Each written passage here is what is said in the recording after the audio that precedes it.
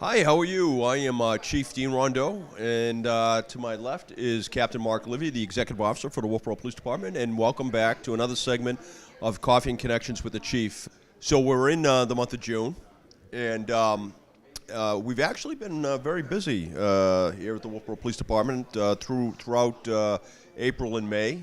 We've had a lot of investigations, and so we're cleaning up a lot of that and getting it into the courts, and now we're in the month of June, and June is appearing right now to be just as busy as April and May. There's a lot of activity in the Wolfeboro Police Department. We have some really great events coming up, so let's start with obviously the one that the kids are looking forward to is the end of school is coming up on the 25th of June right now. Of course, that could be pushed back a little bit later depending on the school district, but right now it's scheduled for 25 June, and it is a half a day. So be mindful of the kids who will be getting out of school, and of course, we did have a long winter, so they were out enjoying the summer sun and bicycling and playing sports, so be a bit mindful as you're going about your daily chores and business activities that the kids are out there, and the days are getting longer. And the days are getting warmer. So with that, there's going to be an increased presence of these people we call tourists. So this is Wolfeboro. This is Wolfeboro in the summertime, folks. So leave a little bit of extra time when you're going to your place of work or you're getting your chores done. The tourists are back. Our summer residents are back. You know that the downtown area is going to get packed. There's going to be a lot of commercial traffic. And so just, again, this is Wolfeboro in the summertime. So just get used to it, all right, and take some precautions and leave a little bit of extra time when you're going about your daily chores and to your places of business. We have the 4th of July coming up here shortly. So as always, the 4th of July is indeed celebrated on, call me crazy, the 4th of July.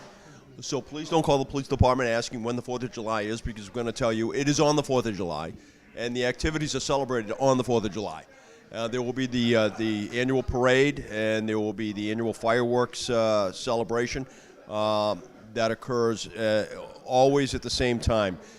So be looking for those announcements in the newspapers and on your TV and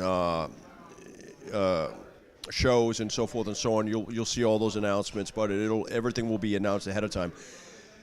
Additionally, the Wolfeboro Police Department is hosting its annual Police and Fire Open House at the Public Safety Building on 29 June. That's the Saturday before 4th of July.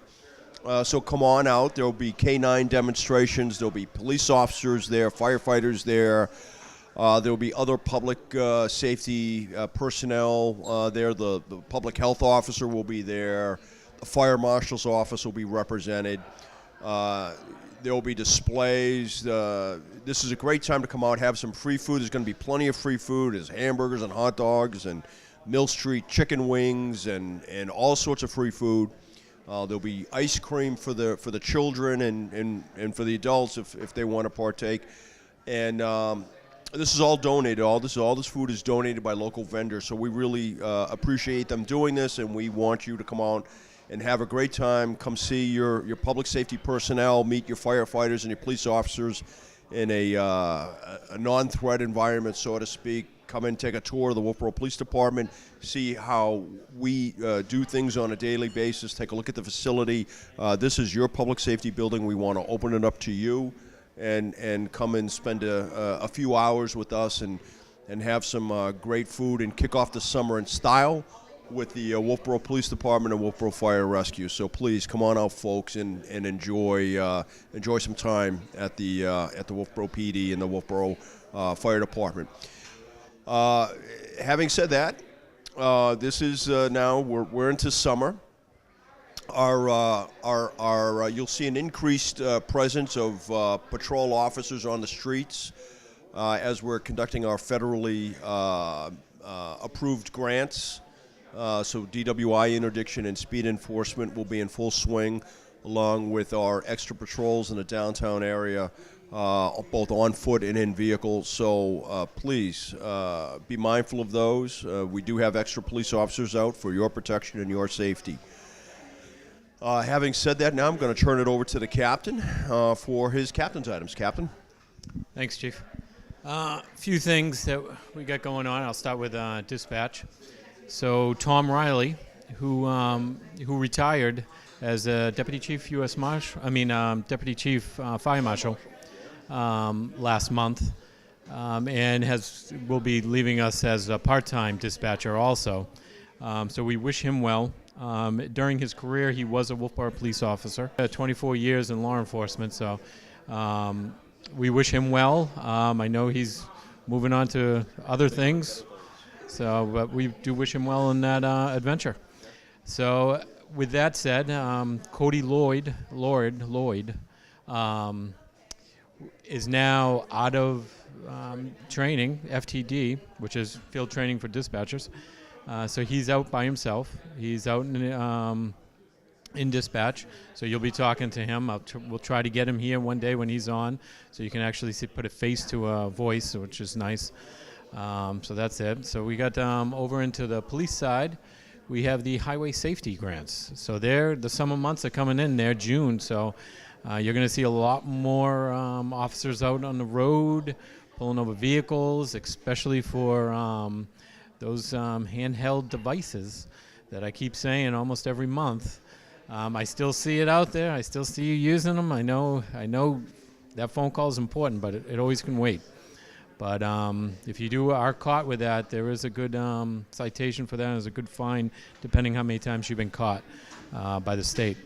So other than that, July 4th, let me just go a little bit more on July 4th, what we do for operations. So, pretty much everybody's working. Your parade is usually a 10 o'clock start. Around 9 o'clock, we usually shut down we started this last year, we shut down the roads going into the downtown. So you're looking at the intersection of Center Street and South Main. That will be blocked off all the way down, all the way up to North Main Street, where the parade does start near Forest Road. So plan accordingly. I can't get that out there enough. They will be shut down. We have a lot of tourists, a lot of individuals, a lot of your communities in here, people. In that downtown area, it's easier for us to control it when we close it down with all the foot traffic that we do have down there. So just beware of that. 9 o'clock, all those side roads getting into the downtown are going to be closed down, blocked off by the officers in our town. Everyone's going to be working that you'll see out there. You'll see some people on foot. You'll see some people on bike. That's mountain bike. And then in a cruiser. So just prepare yourself for that on July 4th, that the downtown will be closed from the South Main Center Street intersection all the way to North Main on Forest Road. At around 9 o'clock, we do close that down. So just prepare yourself for that. And I know the fireworks are at night. Usually they start around dusk, which is probably been between 8:30 and 9.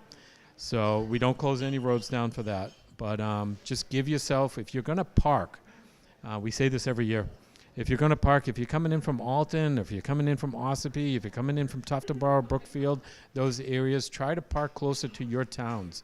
If you're in Wolfeboro, you're going to park closer to your house. It makes it easier getting out. If you park all the way on North Main Street and you have to get all the way on South Main Street, it's going to take you some time to get there. It does back up. If you park in Brewster, it's going to take a while for you to get out. So just prepare yourself. Take your time. Don't get angry. That's what usually happens. People honk their horns, but it's going to take at least an hour to get everybody out. That's the going rate, I think, right now that we have. It's about an hour to get everybody out of there after the fireworks, which usually conclude around, I would say, 9:45-ish? Yeah. And getting everyone out of there. So it's going to be around 10:45, 11 before you're out of the Wolfeboro area downtown sometimes, depending on where you park. And you park accordingly, you'll get out of there quicker. So just plan on that. Anything else that's going on with the PD side? So we have Christopher Dustin going into he was hired in full-time back in, I believe that was end of March. So he's going to be going to the academy September 3rd. So we wish him well on that. So that's a 16-week Academy. So he will graduate sometime at just a week before December. So he'll be back on the road by himself. We have a new officer that's in the background process right now. So that we're hoping to get him a little before the academy, get him out, get him present, everyone can see him during the summertime. He's going to mirror an officer out there on the streets, get familiar with the town. So when he goes also with Officer Dustin to the academy, we'll have two of them in there. When they come back out, the new one, not Officer Dustin, will be going to an FTO, which is another 8 to 10 weeks. It could be 12 depending on what kind of calls you get and just what happens during that time. It's a tough time because it's January through March, so it's the winter months. But right now, the winter months have been very busy for us, so we'll see when it comes in next year. Other than that, there's nothing new going on. Just be careful of the motorcycles out there. I know they're going to be out on the roads. They're out there actually right now. Just be careful of them. Take your time. Give that second look. It can save a life. All right. There's the chief. Yeah, thank you very much. Very good advice from the captain. Just let me take a moment and emphasize that, and it happens every year, folks. We shut the roads down for the 4th of July parade at 9 o'clock or so, and then invariably somebody will and it's never a tourist. It's always a local resident that says, "Oh, I've got to get to Hunter's IGA, or I have to get to Harvest Market." It's Wolfeboro on the 4th of July. There are literally thousands of people in the street. The road is shut off because you can't get there from here right now. So, no, you don't need to go to Harvest Market to get a pound of sugar or to get groceries at Hunter's IGA at 9:15 on the 4th of July. You're not getting anywhere. There are literally thousands of people in the street for the parade, all right? So that's the reason why the roads are shut down. So plan accordingly. As the captain said, plan accordingly. And if you're trying to get from North Wolfeboro to South Wolfeboro, well, you know what? Go Wambach Road and hit Pickering Corner before everything gets shut down. Because once the parade begins, it's gridlock. It is absolute gridlock, folks. And the same thing at the 4th of July. If you're coming from points east, you need to park points east. Park away from town. If you're coming from points west, park points west. If you're coming from points south, park points south. And same thing with if you're coming from the north, park points north and walk to your destination and watch the fireworks. Let me explain a little bit what happens. After the 4th of July fireworks are over, there are literally thousands of pedestrians that are very casually strolling across all of the roads to get back to their automobiles that are parked in the various parking lots and areas in and around Wolfeboro. The roads are shut down not by the Wolfeboro Police Department, but by the sea of humanity, which is wandering across all the roads. Take your time. Park where it makes the most sense to park, and be mindful of the fact that you're dealing with literally thousands of spectators that are trying to get back to their automobiles, and then they're flooding out of these parking lots. What we try to do is empty the main arteries. That the strategy that works well for us is empty the main arteries first, and then if you're in a parking lot, we'll get the parking lots emptied out as quickly as we can. But what doesn't work is if you're trying to make a left-hand turn coming out of one of the parking lots and you're cutting across both lanes of travel, because you're not going to go anywhere and you're just going to cause gridlock. That's why we're saying if you're coming from points east or points west, north or south, park at those locations. So all you have to do is get in your car and go south. So I'm going to turn it over to the captain. Yep. So remember this, there's only 14 police officers that we have. Depending on our part-time availability with those officers, depending on their town and when they have 4th of July, and if they have a parade, we can use them. But there's only 14 sworn officers in the town of Wolfeboro. So that's all we have to use to get them to certain areas, and we're out there. We're trying to manage it and figure it out. We brainstorm this every year, we change a few things, and we try to make it a little bit quicker for everybody, but just take your time, be patient, and we'll get everybody move on. And I just wanted to add that for both the captain and I, it's about a 22-hour day. We are up from very early in the morning, and we don't secure from our shift until probably about 2,300 hours or so. All right. So there's a very good point that the captain brought up. Listen to what he's saying. We've been doing this for a number of years, and it goes the same way every year. So having said that, help me help you. Thank you for tuning in to Coffee and Connections with the Chief. And as always, stay tuned for your safety tip of the day. Thank you very much, and join us next month for another segment of Coffee and Connections. Hi, welcome back to Coffee and Connections with the Chief. I'm Chief Dean Rondeau, Chief of Police at Wolfeboro PD, and I've got two friends here. I have John, and he is from Auburn, New Hampshire, and I have his girlfriend, Karis, and she is from Haverhill, Mass. Not Haverhill, Mass, but Haverhill, Mass, right? And I'm from Cambridge, so I know how to say this.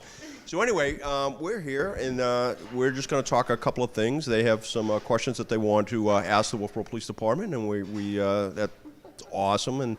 And so first, I'll turn it over to John. John? Oh boy, I don't know what to ask. What's it like being a police officer in Wolfeboro?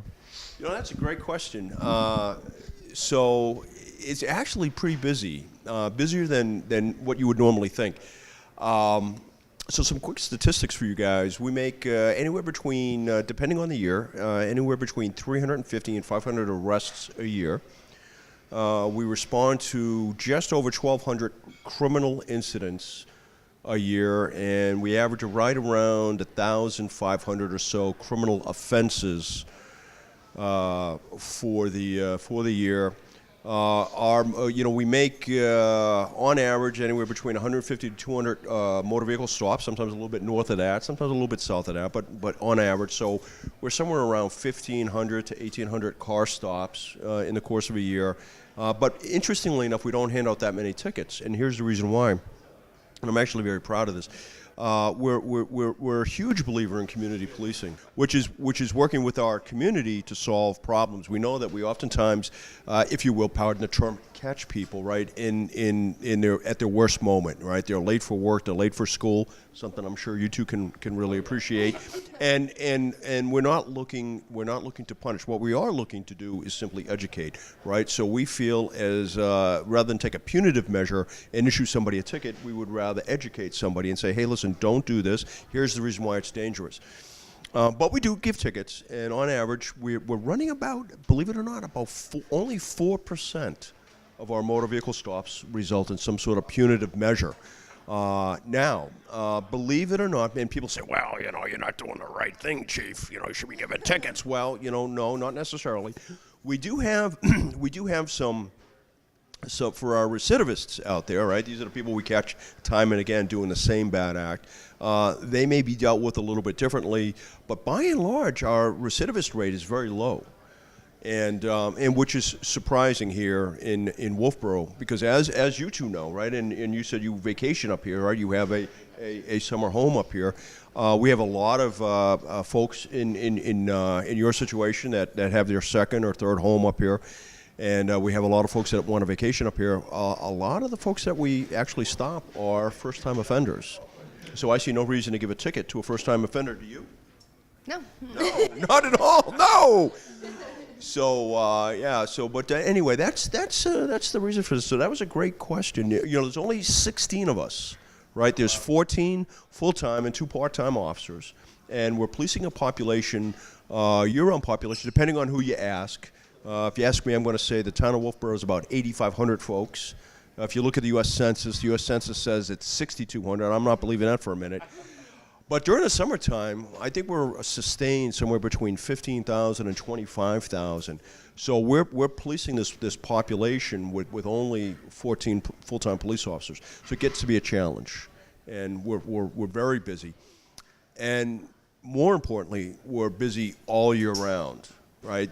The summertime is just a different type of busy, but we're just coming out of the long winter months, and especially for us, the months of April and May have been incredibly busy with major criminal investigations. So we're actually very busy.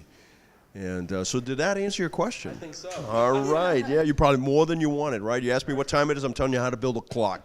How about you? Do you have any questions? Yeah. What made you decide you wanted to be a police officer for Wolfeboro? Oh, that's a great. That's a fantastic question. I don't know. No, actually, I do. So I had. Interestingly enough, right? So before the show, we were talking and just getting to know one another, and I told him I'd spent some time in the military. I'd spent 34 years in the military. Well, 5 of that was spent in the infantry. I was an infantry officer. I graduated from a military academy, and because I had some foreign language skills, I was transferred to military intelligence, and then I went in counterintelligence, which is a law enforcement field. Do you watch NCIS or no? You don't watch any show like that? Okay. So if you're familiar with NCIS, folks, that's the Navy's version of the Army counterintelligence. So that's essentially what I did, only for the Army. So when I was getting out, of course my wife was a nurse, and we were both getting out at the same time. She was an Army nurse for a while. She got a job at Huggins Hospital. We knew we wanted to live here in the Lakes region. I was originally from Cambridge, Mass., and she was from Rochester, New Hampshire, so we knew we wanted to live in this area. And she said, well, what are you going to do? And I said, I have no idea. Maybe I'll be a cop. How hard can that be? Right? No heavy lifting, right? If you're a police officer, no heavy lifting. So that's what I did. But honestly, quite honestly, I always had an affinity for law enforcement, and when I was a young boy, much like yourself, I had relatives who were police officers and firefighters, and the career field just appealed to me. So I figured I would do the military thing first and see how far I could take that, and it worked out pretty well for me. And then when I got done, I said, well, I'll do this police thing and see how that works. So that was really essentially what I did. So how about you? What do you want to do? A dental hygienist. A dental hygienist, excellent. So are you going to school for that? Yeah.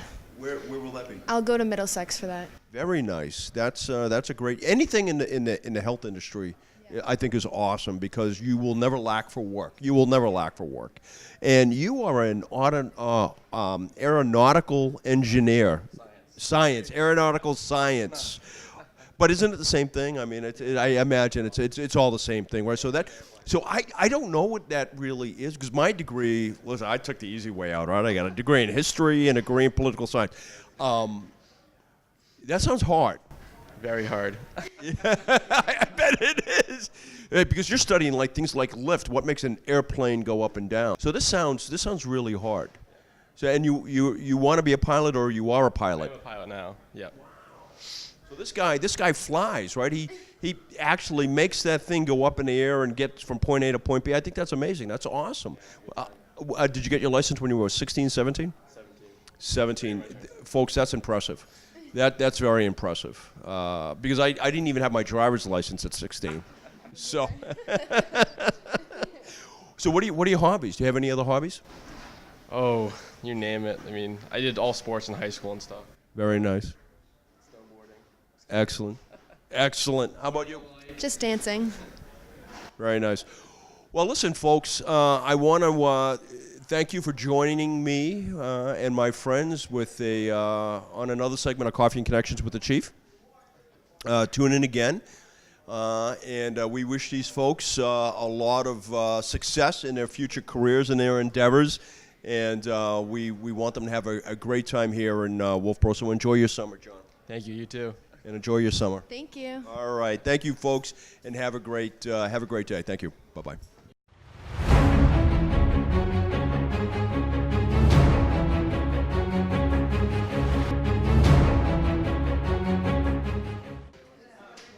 Hi, how are you? I am Chief Dean Rondeau with the Wolfeboro Police Department, and welcome back to Coffee and Connections with the Chief. And this is your summer safety tip of the month, and I actually have 2 of them.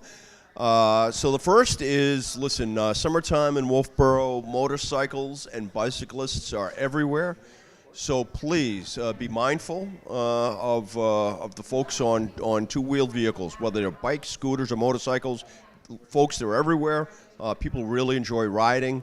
And so just give them a little bit of space and be mindful of them. Motorcycles operate completely differently than a four-wheel drive vehicle, and they have different stopping characteristics. So please give them a little bit of space and share the road with the rider. Thank you very much for that. The second is extreme weather, bad weather. Here in the Lakes region, we get some pretty powerful thunderstorms that roll in from time to time. Where a lot of us are in the water, either boating or swimming or fishing or taking advantage of waterborne activities. When those storms come in, they can indeed be very unforgiving, especially during a lightning or an electrical storm. So please keep your eye on the weather. If you hear thunder or you see lightning, if you're on the water, get off the water. If you're in the water, get out of the water, and take shelter in a structure as quickly as you can. Again, please keep an eye on the weather. There's all sorts of weather apps you can get for your phones, or tune into NOAA Weather Service for their broadcast. They broadcast 24 hours a day, and the forecasts are broken down by county, so they're pretty accurate to the individual counties here in New Hampshire. So please pay attention to the weather. Be safe out there. And again, thank you very much for joining me on Coffee and Connections with the Chief. And I'm Chief Dean Rondeau. And please join us next month for another segment of Coffee and Connections with the Chief. Thank you very much. Bye-bye.